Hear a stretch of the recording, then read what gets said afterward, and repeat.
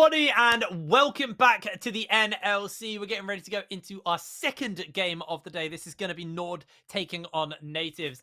Aragon, I'm going to just dive straight into it. What are our expectations here? Obviously, it's Nord, right? Yeah, Nord look giga stacked. They've got Woolite, they've got Kasing, they've got Fury, they've got Akabane. Like, these guys look super, super scary.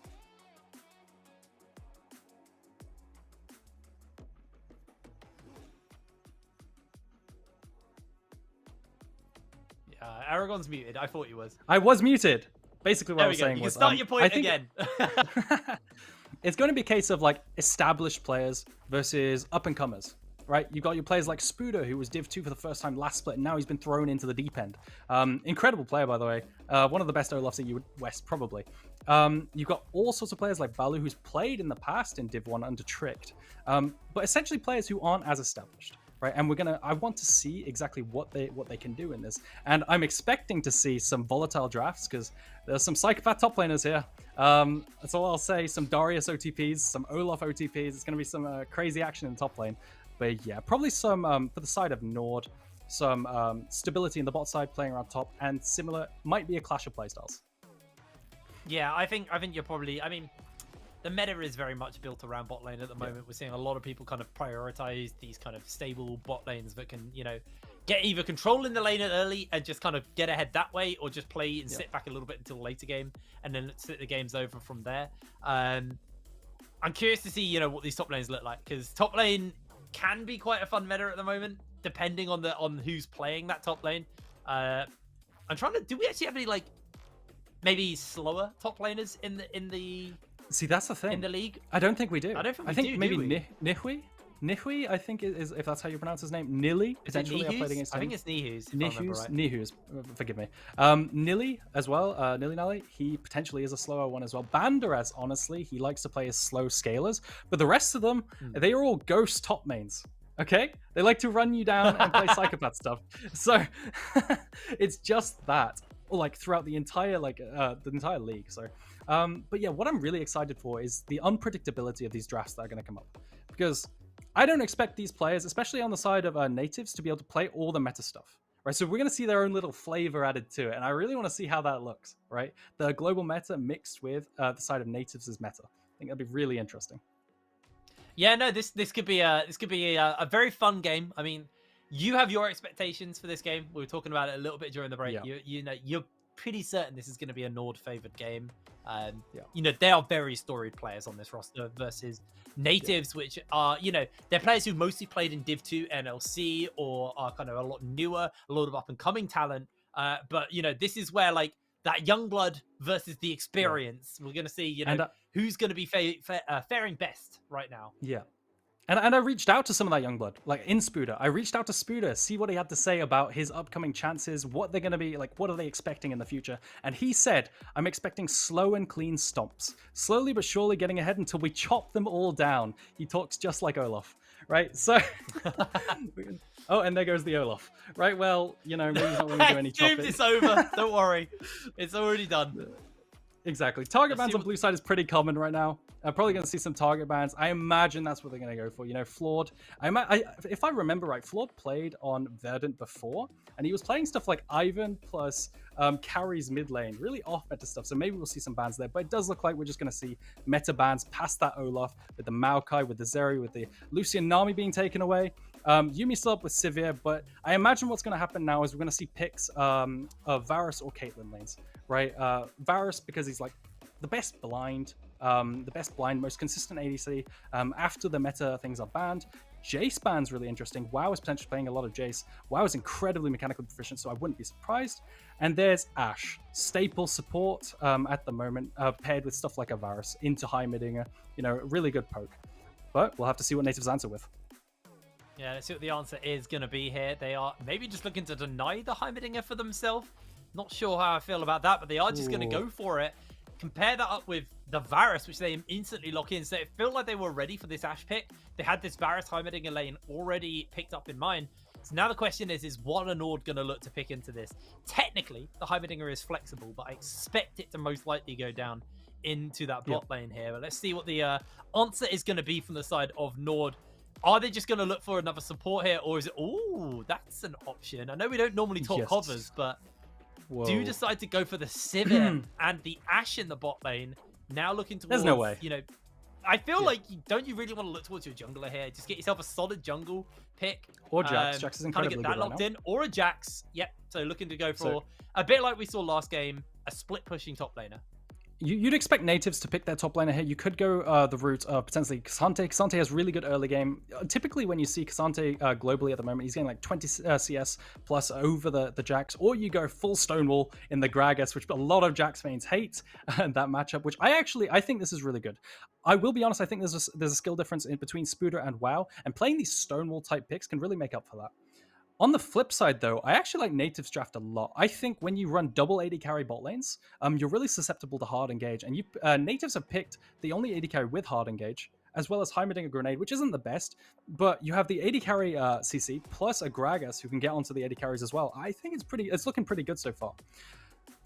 I love that ban. I actually think Sylas is so high value here. There's some really powerful ults already on their team. The last thing they want is, you know, the chains, the cask all getting taken away from them. I mean, even the Heimerdinger, because he can put down a big turret that way as well. Or, you know, just get that big stun lock chain down. Kindred being denied here as a potential ban. Oh, well, sorry, as a ban here from the side of Nord. See what Nativ's final ban is going to be. So they are going to be running out of time here. They're going to lock in that Wukong as a ban. Saw it last game. Probably be one of the kind of the shining lights of Veneer in that early game was just the power of that Wukong and how much they were able to use that. So let's see what the final ban from the side of Nord is. It's just going to be the Graves. So expecting this to kind of be probably the jungle here for the side of Nativz, picking that blind and then comfortably picking a mid lane counter. Love the vibe. You're talking about hard engage power. That's more hard engage.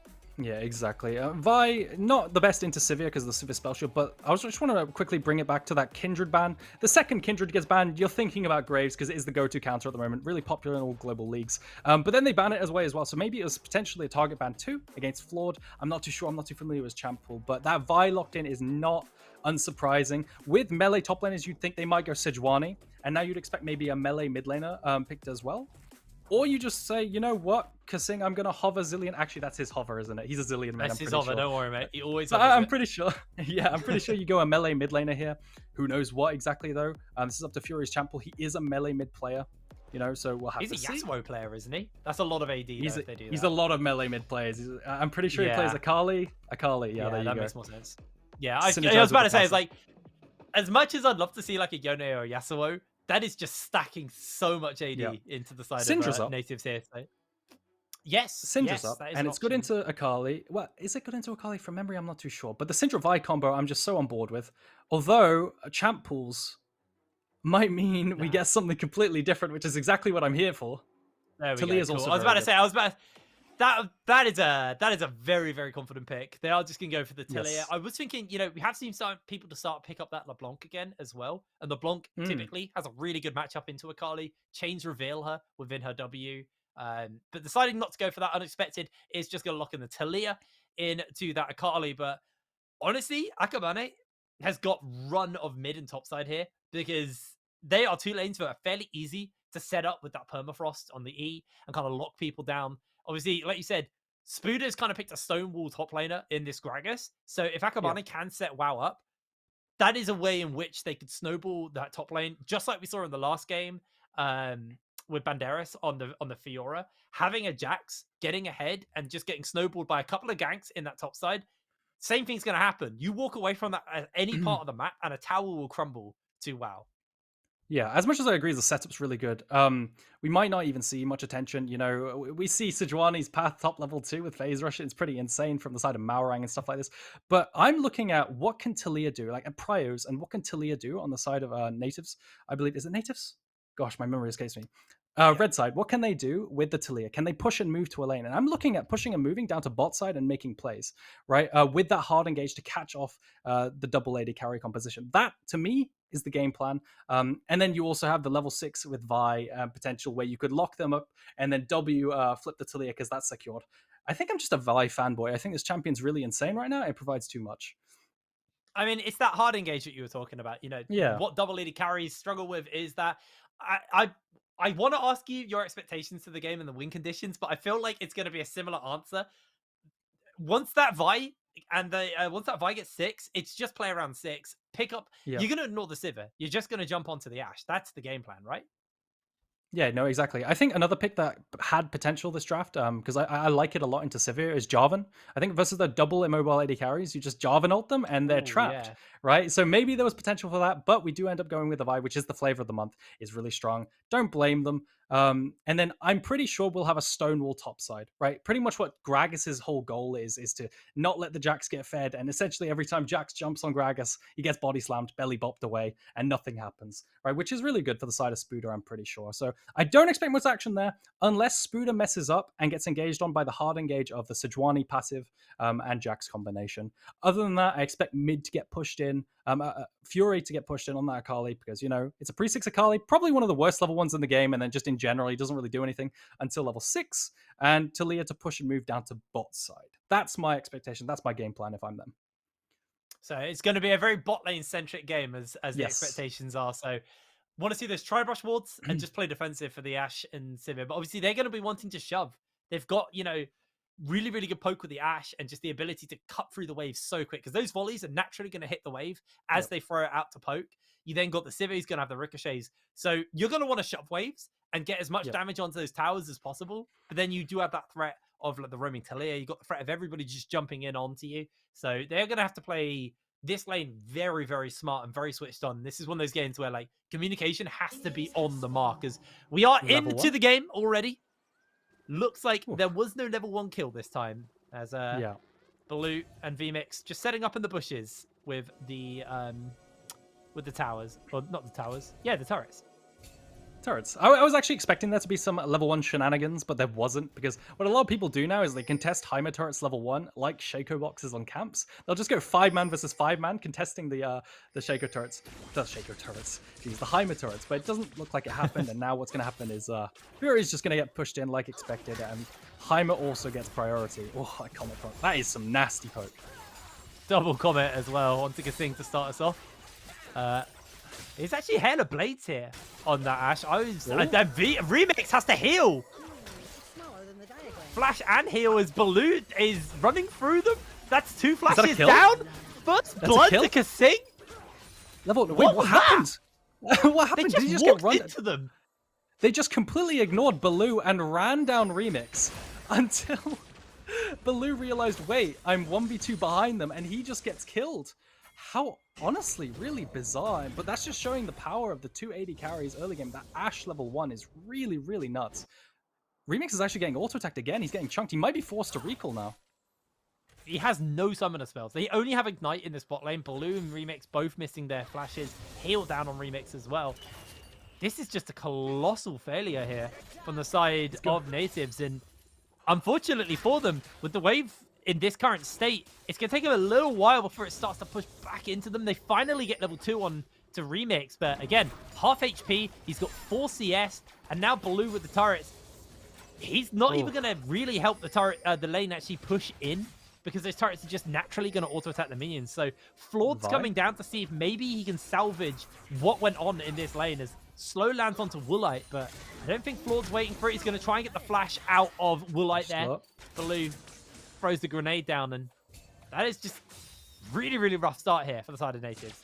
And even after all of that, Woolite still had flash to get away from a gank. That is when, you know, as Flawed, you're thinking, what is going on bot lane, right? What is happening? But it's just an individual skill gap, it feels like. Still looking for more. Flawed is actually playing just like LPL junglers, high elo junglers right now, which is like, you do 3 camps into doing whatever you can on the map. Anything you can find.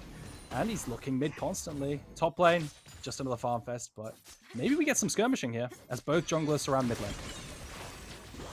Well, they are both looking to go into it. There's the stun from the Unraveled Earth, though, onto Fury. Talia's power coming in, but they're going to launch forward and finish unexpected. And he goes down. Fury's still alive. Oh. There's the flash from Ford. And now Flawed, can he get onto Akabane? Catches him back with the Q. A whole bunch of damage. The armor stripped away. The minions doing the work, and the rockets over the wall by Baloo to finish it up.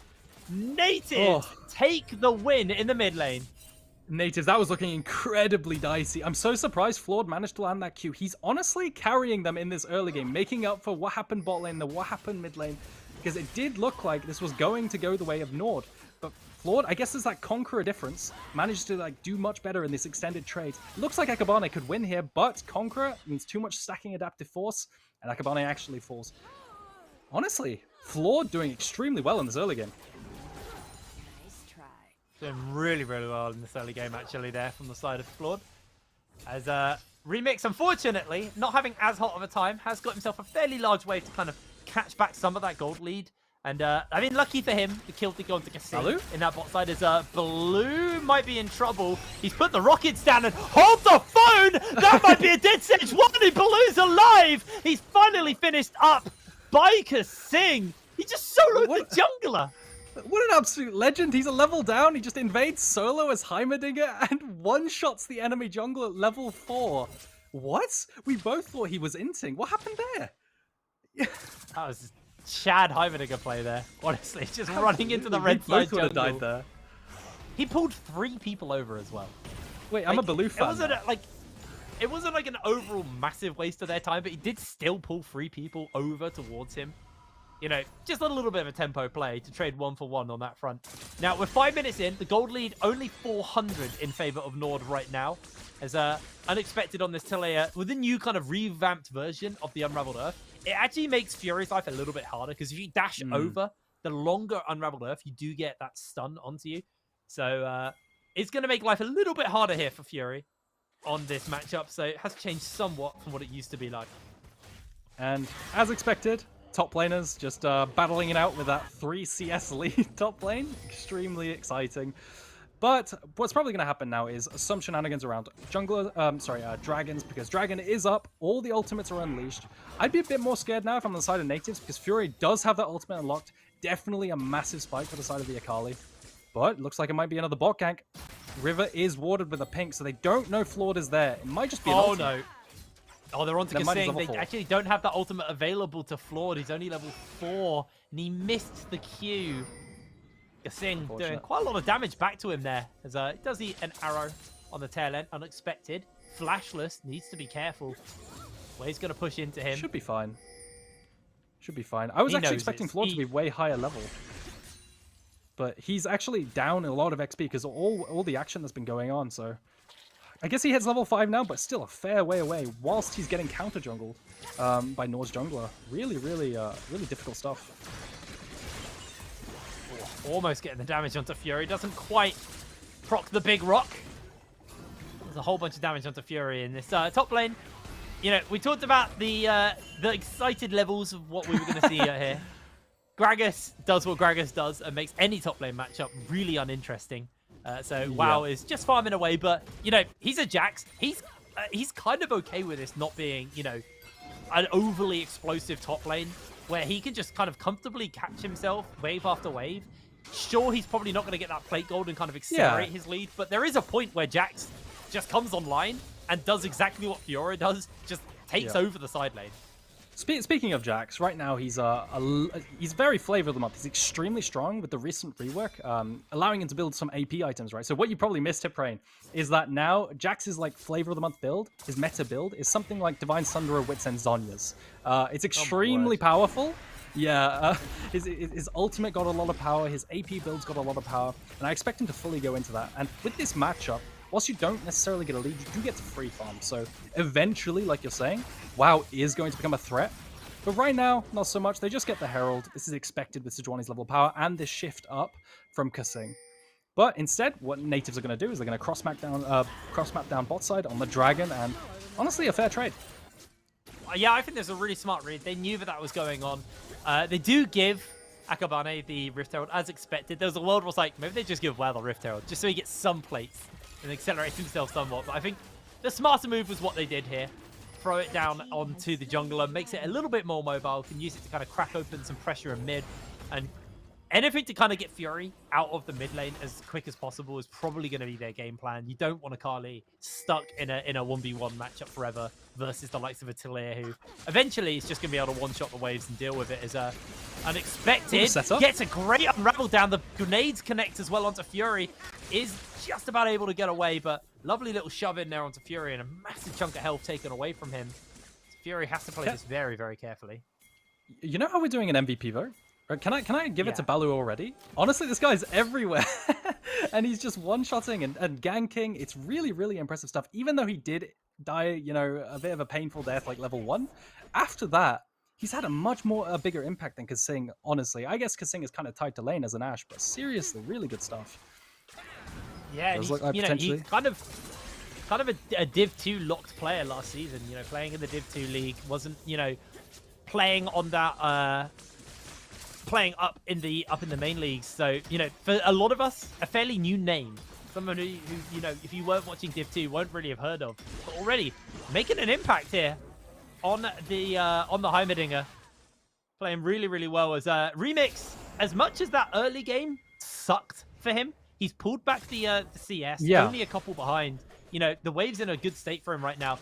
Admittedly, I think Flawed coming down a couple of times and just kind of scaring Nord from being too aggressive has bought him a bit of breathing room in this lane. But for right now, Remix quite happily set up, just shoving into this bot side, and he's going the lethality build, so he's not going the same build as what we saw out of Chrisberg last time. And they are working well together, right? This Nativz squad are working well together. Granted, they do have the stronger early game, so I would imagine it'd be the case, but Akabane might find a pick here with his ultimate. He's level 7. Oh, good chains actually do come in. They will actually spread across onto multiple members as Kasing loses a lot of HP. Akabane lands the ultimate only onto Remix, though. And he is going to be sitting so pretty. Is able to hold his life for now. I'm confused. Why didn't he just fire the ulti immediately? I was watching that, you know, for a long time, expecting him to fire the ulti. But fortunately for Remix, he does survive and then cancels the recall, rubs salt in the wound. Finally, Talia is unlocked. Unexpected is actually moving over to topside to deny a wave. This is what I want to see consistently. I was actually going to comment on how that window is slowly closing where you push and roam. Because Akali has been free scaling this entire time. Fury has been doing a really good job. He's actually ahead by almost 20 CS. So the job of Talia to push and roam hasn't really been fulfilled. And I'm getting a bit worried. You know, that was the major win condition. They do get outscaled, right, at these dragon fights. So we'll have to see. Yeah. We'll have to keep a track of that. But, Nativz were able to secure that first dragon for themselves. See what they can look to do with that, if they can actually keep that pressure up for now. Obviously, Talia makes objective fighting so much more awkward, especially when, you know, Woolite and Kasing don't actually have any real mobility other than Woolite's ultimate. So if they get themselves walled off from a fight, it's actually very easy for Nativz to play front to back with just out the back end of being there for the side of Nord. So we'll see honestly, how effective they can use that. Sorry, but this is a really good Heimerdinger draft, right? Heimerdinger likes people to come into him and disengage. Talia provides that as well, right? Heimerdinger places a turret and you kite backwards, and the Herald is actually going to be placed here.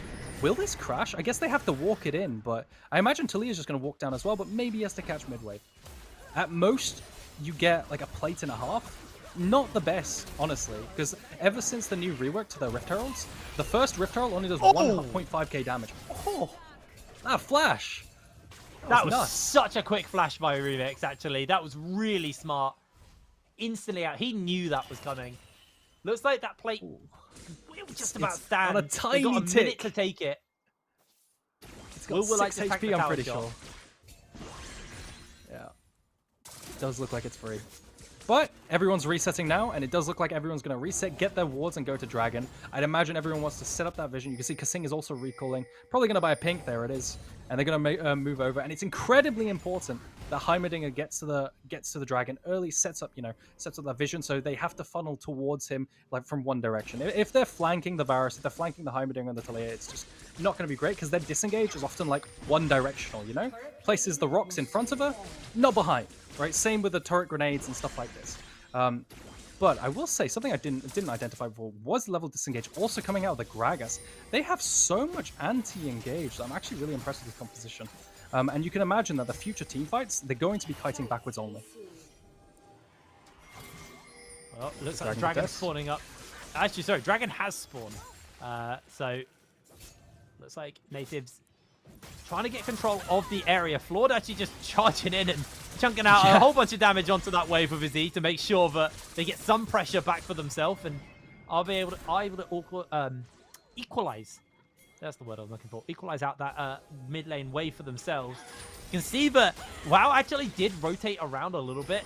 Does have teleport, was just moving into the jungle to kind of keep visual in case you needed to move nice and quick over towards that bot side. But actually feels like Nativz, they're playing this Dragon a little bit slower tempo than what Nord are. Nord are rotating around as a group, making sure that they're in the area.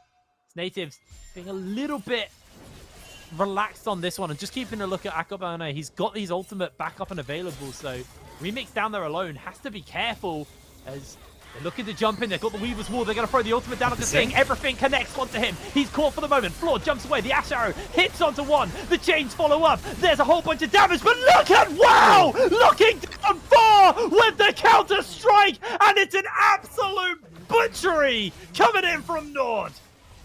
Absolutely crazy stuff. WoW suddenly appears like the Avengers theme just starts playing, you know? Really crazy stuff. They managed to find the engage onto Kasing, but it's not enough. He doesn't get bursted down. He flashes away and then get the amount of AoE from the severe ricochets, the Sejuani ultimates. It's just way too much. And then finally, Jax comes in and ults and hits everyone, acing the entire team. Really crazy stuff from Nord. Really good micro as a team. This is exactly what you want to see from a new roster. Unbelievably good Counter-Strike there from WoW, though. Just able to lock 4 people down. That looked like, honestly, Nativz got themselves out of a dangerous situation, and then WoW went, absolutely not. Not on my watch. Dragon, tower over to Nord. 4 kills to boot as well.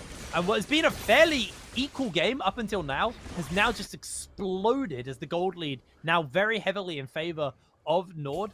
And we'll see what they can do with this, what their next few moments are going to be looking like, as they obviously want to be getting themselves attention now towards this Rift Herald. And honestly, I think Nativz would be foolish to try and contest. Yeah, absolutely. After that gold injection, you just give this up, don't you? And you try to play for the cross map. Maybe you play for bots, like picking off that Akali, taking that bot lane turret.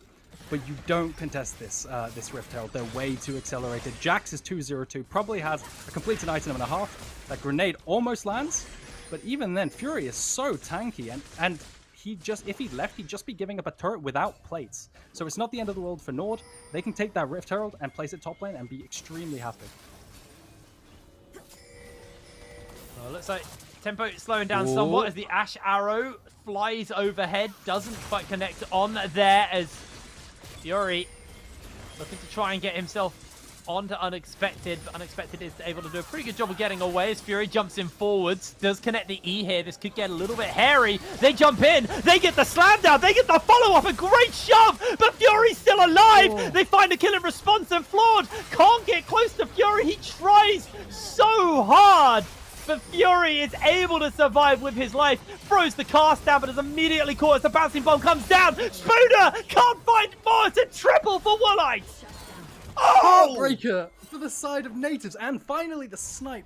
Honestly, every single person lives on 1 HP right to the end until that snipe from the Varus, and you've just got to feel for Nativz. Fury, look at that. It just looks like they're mechanically outplaying them at every single stage individually. And you've got to wonder, what is the win condition here now? They just keep losing fight after fight after fight after fight, not even for objectives. And, oh, heartbreaking stuff. 200 HP on 2 enemy carries, and they don't die. I'd feel terrible if I was Spooder right now. Absolutely heartbreaking. They just so, honestly, it was just a touch on so many people, and luckily Remix was able to come in and at least mop up one of those. Obviously with that Ghost Blade able to move around the map just a little bit quicker. We'll probably be building towards his I don't know if he goes Dust Blade or if he goes the Muramana now. He might just look to finish that one up. It's got to be next. Mythic third. Mythic third. Small consolation prize in that snipe, and you got to feel a little bit, you know, a tiny bit good about it, but you don't really realistically, do you? You're thinking about your win condition, and you're like, we can't contest next Dragons. We have to concede maybe to 3rd or 4th, and hope we have enough items to catch back up. But realistically, you're outscaled, right? Your Talia pick hasn't done its job. it just sat in lane, didn't do anything. It didn't push and move. Akali is just 1v1ing the Taliyah really easily now in the side lane, and Akali could side lane. They've got a really nice 1-3-1 composition. If you take a look at the map right now, Akali is topside, moving down to mid whenever she feels like it. She always has assassination potential, as well as Jax in the bot lane getting prio. And now they have to drag 5 members to mid for the side of Nativz to defend from Rift Heralds. Full map control over, although they do find an engage it, ultimately doesn't turn up to do anything. It was just a little bit too long range. I think Flawed would have had to commit way too much to go in for that. Yeah. So decides instead to just back off and give that one over. Tower does fall, unfortunately. Oh, wait, did it fall? Hold on, where's my tower counter? No, it did not fall, I don't think. It did not fall. It went low, but it didn't fall. And so, you know, ultimately, they were able to buy themselves a bit of space. But the big thing is the dragon coming up any moment now. And now that this tower is down, Nord have way more control. Kasing, you know, as they move through these chokeholds, if he has good vision, he'll be able to find a good Ash Arrow, either force them off or force into a pick or a fight. Flawed actually looks to maybe just be giving potential this one pick up. topside. It's potentially moving up towards Fury. Can just jump over, but it does feel like there are people who are a little bit too far away. Fury playing far back for now, and Flawed, he's not going to go for it, I don't think. No, it's never a kill. Level 13 Akali, 2 levels above Flawed. Don't E, Flawed, or you give away. There we go. But essentially, it doesn't matter anyway. Flawed doesn't have the damage on that chainsword, but it's not enough damage realistically. He just ults her and she ults away, you know? The Taliyah would have to full combo. Even then, Fury probably doesn't die. But it does look like maybe a fight's going to start? No. Playing honestly, it tempered, but honestly, Nativz are quite scattered. This would be very hard for them to take this fight. As Ash Arrow is coming in, unexpected. Ooh. Unexpectedly does take that as he gets caught by another ultimate as well. Unable to move, unexpected will go down as Woolite gets his 6th kill. And now without their mid lane, and now without the power of that Taliyah, I just think this Baron could be a bit of a freebie. It is hard to do though when you're getting poked by the timing of the arrows over the edge. Clustered right now with a lot of ultimates down. This could be hairy. The Chains of Corruption only connecting onto one though. And that's actually Remix just overstepping, getting himself taken down by Woolite. And in topside, you gotta feel bad for Unexpected. He's getting bullied with all these Ash Arrows and Sejuani ults, right? Constantly getting picked and dying around Baron. That's a big no-no because like the second you die in proximity to Baron, that Baron turns into the enemy teams. After that, you realize, wait, Woolite is godlike. I didn't even realize he was 7-0, right? Potentially another fight here. Yeah, looking to get pretty hairy between both teams. As for now, Fury does go down, but Nativz are just incredibly low. Blast Cone out. WoW is so terrifying for them. Kasing trying to see if he can find the pick as WoW may just chase. He flashes him forward, gets himself caught out by Spooder. Spooder's the only one with real health, and no, the shield is going to keep him alive. WoW finds himself a kill. He one-hops out to safety, and he's able to get out 4-0. And he's just so tanky with that ultimate. Every single person he hits with his ultimate gives 25 armor and MR. It's just too much. Suddenly has 250 armor and MR. Lives with his like, Hex Drinker shield. Manages to jump out and survive. This is why Jax is so contested right now. And you got to think, bar a miracle snipe from Remix, this Baron is just gone. Oh, the chains are down as well. He's dead. He's done. Nothing he can do. Unexpected will send WoW packing as well. But WoW just controlling it for now. This is going to have to be the steal of a century, and it is not going to be happening. Nord, slow and tempered early game, but they have just come alive in the last 8 minutes of this game. Extremely good early. I mean, this replay, you can see Remix just gets sniped. And then after that, you only have Taliyah to try and steal, but Taliyah is so underfed that she probably does like 0 damage to the Baron anyway, and it just goes over. Now what you probably expect is Dragon to go over. If somehow, because I like to talk about the win conditions of potentially Nativz, somehow Nativz manage to stay their Dragon, they get a fat objective bounty, potentially. Maybe they could cross-map tier 2 topside, but it is looking a bit dire, honestly. Taliyah's not going to go for that. She says it's too deep, and we're going to try and potentially contest by recalling and running to the Dragon. Don't think it's going to happen, though. I would much rather have seen Taliyah, Unexpected, go for that top tier 2. Yeah, I guess the worry is, you know, I mean, they're only 0-4, so they're not going to be giving over too much gold at this point, unfortunately. True. Probably not worth the full stack. Ash Arrow comes out from Kasing, does miss, but he's got quite a lot of CDR right now. And Look at the difference between the AD carries. 11k to 7, well, just about 8k now. It is actually astronomical. 2 levels over to Woolite, over Remix. Remix has been having a very, very rough game, and he's poke Varus. He just landed 2 abilities onto Fury and did nothing. Yeah, and I want to highlight WoW as well, right? Like, WoW hasn't been given any resources this game. He's managed to create leads all by his lonesome, right? He TP'd down bot, yes, and banked off his teammates, but he still created these opportunities himself. And then in team fights, he outplayed mechanically. Honestly, I think the big theme for this team is just mechanical outplays. Oh! Spooner just doesn't get to move. He's down. The rockets are doing a lot of damage. It's actually Remix cashes in on an 800 gold shutdown. So finally, they inject some gold into their carry. Absolutely crazy stuff. And if you're Nativz right now, you're just saying it's a breather, right? You've got time. You just got 800 gold for your carry, and that gold lead shrunk a little bit, right? Unfortunately, the dragon still goes over to the side of Nord, and you know that win condition isn't there for Nativz. But still, you've got a little bit of a breather. You can imagine Nord are going to reset after this, and you can just chill, try to farm up, get to that item spike, maybe the 2nd or 3rd item, and pray for the 3rd and 4th Drake fights.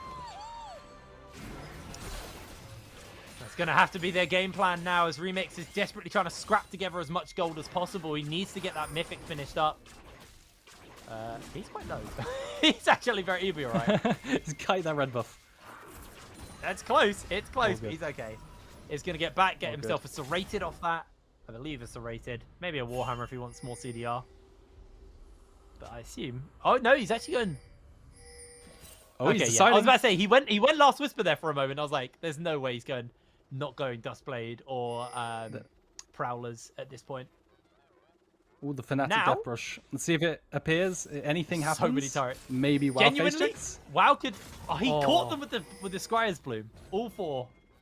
It's so unfortunate. I'm not sure if it was Scryer's Bloom or the Ash Hawk shot thing, you know? Oh, you might be right. Might have been either one, but I think you're right. I think it was the Scryer's Bloom. But that was essentially what they've got to do, you know? Pray for a miracle. At this point, it's really hard to say what they should do other than hope that Nord make a mistake, but this is the Nord that we were promised, right? Really stomping, super calculated and controlled early. They could have tried to flex their individual like mechanical prowess early, but they didn't. They played to their proper win conditions. They didn't overreach, take fights that they shouldn't have. They've gotten online, and they're just winning the fights at their proper power spikes. Really impressive stuff from Nord and a good trend. Well, looks like this tower should be a bit of a freebie. A bunch of damage does come in as the Ash Arrow follows up, goes through the goalpost, doesn't quite connect on, and the tower will crumble. An 11,000 gold lead over to the side of Nord right now. Not 11,000. 10,000. 10,000 gold lead over to the side of Nord right now. It is pretty rough for the side of Nativz. And, you know, I guess the question here is what can Nativz do? Because you mentioned earlier that Nord do just outscale Nativz. So, you know, is this now bar a massive mistake, or is there maybe an item breakpoint? Is there maybe, you know, an opportunity that Nativz could pull this back in? I think it's incredibly difficult because your win condition at team fights is to potentially like poke people out with Dalto Varus and then fight afterwards, make picks with Vi into Talia combos and side lane picks with Talia. The problem is Nord have so much non-committal engage, like so much of it. You throw an Ash Arrow out there, you throw a Sejuani R out there. It's too hard to walk up because you just get engaged on. It looks like mid might even get engaged on right here. If you take a look. Oh, there was a Gragas flash. I don't think they're being... I think they're just being killed. That was just the pick they needed. Spooder's taking a whole bunch of damage. He's low. He's able to survive just a little bit longer. WoW's going to zone them away. And down goes the turret. Down goes the inhibitor. Nish could be on pace for a very, very quick win here for the side of Nord. But they are just going to back away for now. Grab themselves the vision. Baron spawning up in a moment as well. Probably just get the reset, spend that gold, and then just look towards this Baron. And again, that just highlights the level of their engagement. They were just able to find a pick under the inhibitor turrets, right? Just throw an Ash Arrow there, throw a Sejuani out, see what you hit. If you hit something, great, go get the kill. If you don't, it's fine. Just wait 40 seconds, you have Ash Arrow again. Really disgusting stuff because the Black Cleaver and Imperial Mandate CDR just means you have ultimate all the time, right? And now it looks like everyone's going to be setting up around that Baron, potentially going for it. Sivir picks up red buff, probably heads up topside and takes this free Baron. Realistically, is there anything Nativz can do? Not really, right? Not really at all. Bar some amazing pick into another pick into another pick. Ooh, But this is... Fury's going to be safe, but they actually do commit a lot here. They're going to get in with the Weaver's Wall. The Ash Arrow comes in over the wall as well. Wow! Comes in with a 4-man counter-strike, and Fury's still alive! He is untouchable! A double kill picked up for WoW! He's looking for a remix, gets himself the triple. Fury, not even phased, able to survive everything thrown down. I don't think Baron's going to be even necessary here. Nord should just be able to close this game out here and now. Teleport's coming in. Spooder, the only surviving member of Nativz. The death timers are too long. And with the demolished procs, WoW should be able to finish up these towers for his team. Nice and easy. The Nexus will be left open as well. Just under 30 minutes on the clock. And there it is. The win for Nord. And you gotta feel bad for Nativz. They try this Hail Mary play at the very end to see, you know, what can we find right before the Baron? Maybe if we get a pick here, we get Baron afterwards. Doesn't work out, right? You don't check that they have stopwatches. I tried to highlight in the previous game how important stopwatch is versus the single target CCM pick potential in Vi. And it just shows right there. Fury survives for the second time, just like in the early game, right? This mad lad keeps surviving on 1 HP and getting away with it, right? Turns into the entire game. The Nexus blows up, and you know what? Kind of expected from Nord, but still, commiserations to Nativz. Played the heart out early game, honestly, but not enough. I mean, that was a game where, like, honestly, at the beginning, it looked very, very, controlled by both teams. And then what we've just seen in the last 2 games with both Riddle and with Nord, with Nord, I complete brain fart on which one of the 2 teams won there. But with Nord and Riddle, what they did was they played their games, very tempered in those early stages, and then they just found a moment where they just came alive. They picked their opportunity, and these teams are showing that once they get ahead, they're very, very smart in like their next game plan. I think WoW was absolutely fantastic. While we're waiting for the interview and we do the MVP vote, I'm just putting WoW down. He was landing multiple multi-man counter-strike, but with just deciding fights. He was so on it with those. So for me, I'm going to go top lane once again and say, WoW was the MVP for me in that game. You know what? I kind of agree with you. The thing is, the rest of the team didn't play bad, right? The rest of the team played really well, but they were all just as good as each other. And then WoW was like a level above. You know, I think WoW did everything he could, given very little resources, finding amazing, immaculate fights with that engage, and then using the ultimate to get that AoE down as well. Really, really solid stuff from WoW. Really, I feel bad though, right? Because on the flip side, you have Baloo, who was making some crazy plays with that Heimerdinger, bar the level 1. He runs into the enemy jungle. I can't get over that one shot, right? So some points of hope there. You know, Baloo seemed pretty decent on the Heimerdinger. Maybe teams will have to ban it away because he did play well there. But at the end of the day, Nord just shows why they're the better team, I guess. I mean, you give Woolite that many kills, you kind of expect he's gonna pop off and take over the game. You know, the expectation were that Nord were the stronger team here. For me, what I found very interesting about that game was I really expected, Nord to completely stomp this game, and I would argue they did, but it took them a while to get that train rolling and to actually start to take over that game. Once they did get ahead, they absolutely dominated, and that was a really, really stompy game. But it did take them a little bit of a moment. Now, is that just, maybe first day nerves, a bit kind of, like we saw with Riddle? They'd only been together for 2 weeks. They hadn't had that much time to kind of prep. So obviously you're going to expect, the players to be a little bit, a little bit kind of rusty and kind of get themselves warmed up as a group. But I am excited already to see Nativz versus Riddle. I don't know when that matchup's coming. I'm going to have a quick look at my screen here. Not tomorrow. Yeah. No, not tomorrow. That's all I have. That's I don't a shame. actually know who's coming up after that. But I think that matchup is going to be bloody exciting. No, for sure. Absolutely. I mean, there are 2 front runners. I think most people would say they're probably the 2 best teams in the league. But honestly, I think it's a really good sign for Nord playing it slow. I think either they're nervous, 1, but I doubt it because they've got so many veterans. Or 2, they're giving respect to every single team in the league and playing to their proper win conditions slowly and calculated, which is a really scary thing because it means they'll never really slip up and give free wins to lower tier teams, right? So if you're a lower tier team, you're a bit worried about that, right? They have really strict shot calling and planned out game plans where they only play for specific like win conditions and spikes, and they don't just do spur of the moment plays. That's why I wanted to highlight in the game, and I think they did it extremely well. No, they really did. I think the main thing takeaway from these first two games is that, you know, even with Veneer losing and now Nativz losing, I don't think they looked inherently bad. I think there's definitely issues and errors that were made in that game. And they're definitely a team who, once they fall behind, seem to struggle to find an opportunity to, you know, find themselves any other openings. And it just feels like once they start bleeding, that wound just gets wider and wider until they bleed out.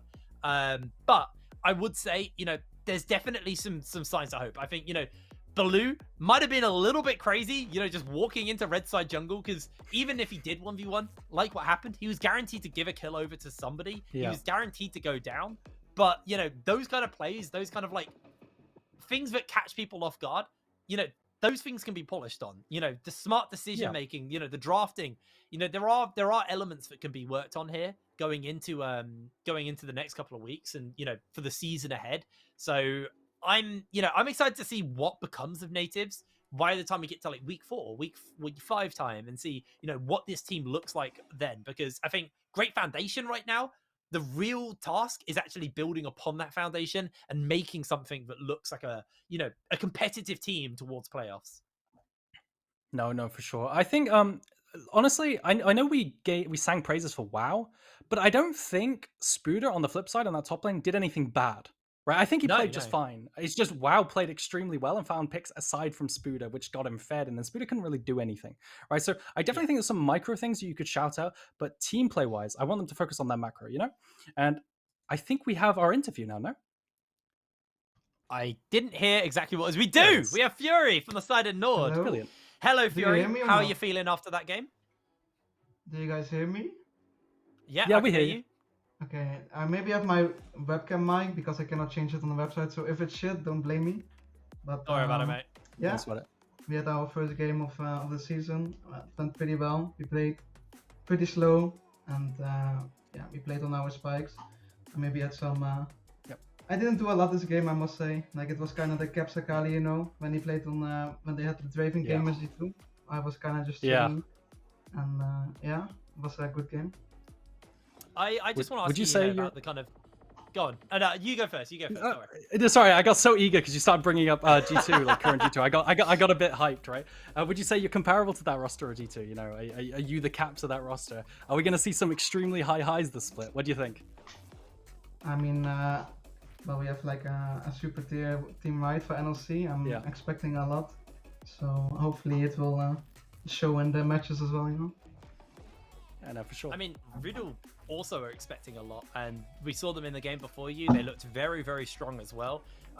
You know, what are your thoughts on the other teams in the league? Because I came into this league after, you know, everything kind of changed in off season, and I had the expectation we weren't going to see as stacked rosters as we did. I looked at your roster and was like, how the hell have we got these players? How are these guys playing in this league? I looked at Riddle and kind of thought the exact same thing.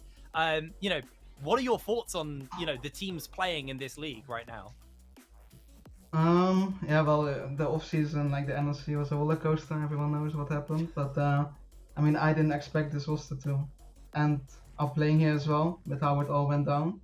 But eventually we find Nord that were really nice to us, and yeah, let us play there. And also, like, looking at Riddle and Woody, I didn't expect Riddle to get like 2 Koreans. So that was a surprise as well. And for Woody, like, it's also like a pretty good team, right, on paper. So in the end, like, even though the league or like the off season was a bit of a fiesta, in the end it was like still a decent level of NLC with the top 3 teams. I expect those to be the top 3. Yeah. Okay, I was actually about to ask you who you thought your top 3 teams were, so that is that's interesting. So how long have you as a full team been together? How long have you been practicing? You know, what has kind of been the process of joining Nord in its current state, and how has that looked like for the last however long? Well, since it was really uncertain if this project would happen, so we started kind of late in off season. We practiced, I think our first practice was beginning or like 1st of January. So that's like around 2 weeks we are playing right now. Yeah, I mean, our scrim win rate is really low. I think Nico, our coach, made a tweet with a poll. I think it's like 10%, but you know, losing in scrims is winning in competitive, so I don't mind. But we are making a lot of we are at least making a lot of improvement, even if we lose a lot. So yeah, I don't mind it too much. Awesome. Well, Fury, congratulations on the win, and good luck with your game coming up tomorrow. We will speak to you later. We'll see you later. And I believe we have our losers interview. We got Flawed from the side of Nativz here. Hello, first of all. How are you feeling after that game? Hello. I mean, it's a bit sad. We got stomped a bit. Wasn't the match I was hoping for, but it is what it is. I mean, it was it was an explosive start, right? Like the bot lane kind of going a little bit maybe a little bit wonky, not quite what you expected, and then your Heimerdinger just goes in for the invade and finds the kill. You know, what was the kind of the plan with this comp? And you know, was that always a plan, just to send the Heimerdinger off on solo missions alone to go find the jungler, or do you think maybe, you know, bit of kind of first game jitters as a team maybe got to you guys a little bit there? I mean, I think the plan is very clear for both teams. We have very aggressive double range lane bully bot lane champions. So this game was very much about bot lane, both junglers pathing towards bot. But we flipped to level 1 a little bit, and we lost like really hard on level 1 already. And after that, it was basically, okay, our game plan already went wrong after that level 1.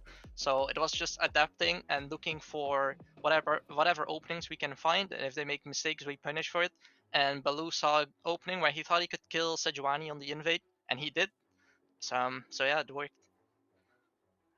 Yeah, I've got to say, I didn't see that coming. I think me and Hipbrain were both on stream, were saying, what is he doing there? And then suddenly it's a solo kill, you know? Yeah, but I wanted to actually ask you specifically a question. Where do you see yourself by the end of the split? Do you see yourself as like a top 3 mid, like what top 3 jungler, sorry, rather? Who are your key like rivals? I can't, lack of a better word, you know? Where do you see yourself?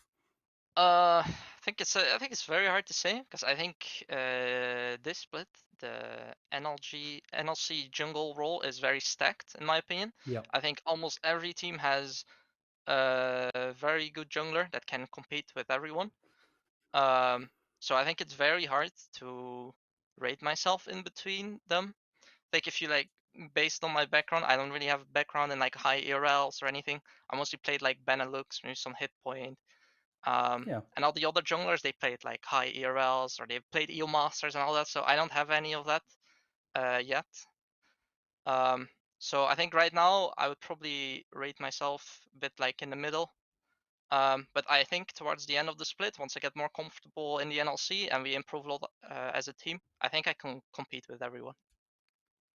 Nice, so you talked a little bit there about the improvement. You know, I want to focus on you. You know, what are your kind of like for the next couple of weeks? What are the things that you're aiming to really improve on as the jungler for the team? Well, I'm used to be more a jungler that's very much played around. I'm very well known to be like really good on like Udyr, Lilia, Kindred, Graves, Nidalee, those kind of champs. And what you see right now, you see a lot of Sejuani, Vi, a lot of Wukong. It's not really a playstyle I'm most known for or most comfortable at. So I'm very much adjusting to having a different role in the team that I'm not used to. Because I'm more on the background now, I'm not really the one played around as much. So I'm looking to improve at that role more over the coming weeks. More of an early facilitator. Yeah, makes sense. Exactly. Yeah. Well, I mean, Floyd, you gave us a very fun early game. I'll give you that. It was a very, very fun early game on the bot side. So thank you for that. I was going to say congratulations. Sorry about the loss, and we will see you later, Floyd. For us, we're going to throw to a break. We've still got 2 games left to go through today. After this, we've got Domino versus Verdant. So you don't want to miss this one. We'll see you in a moment.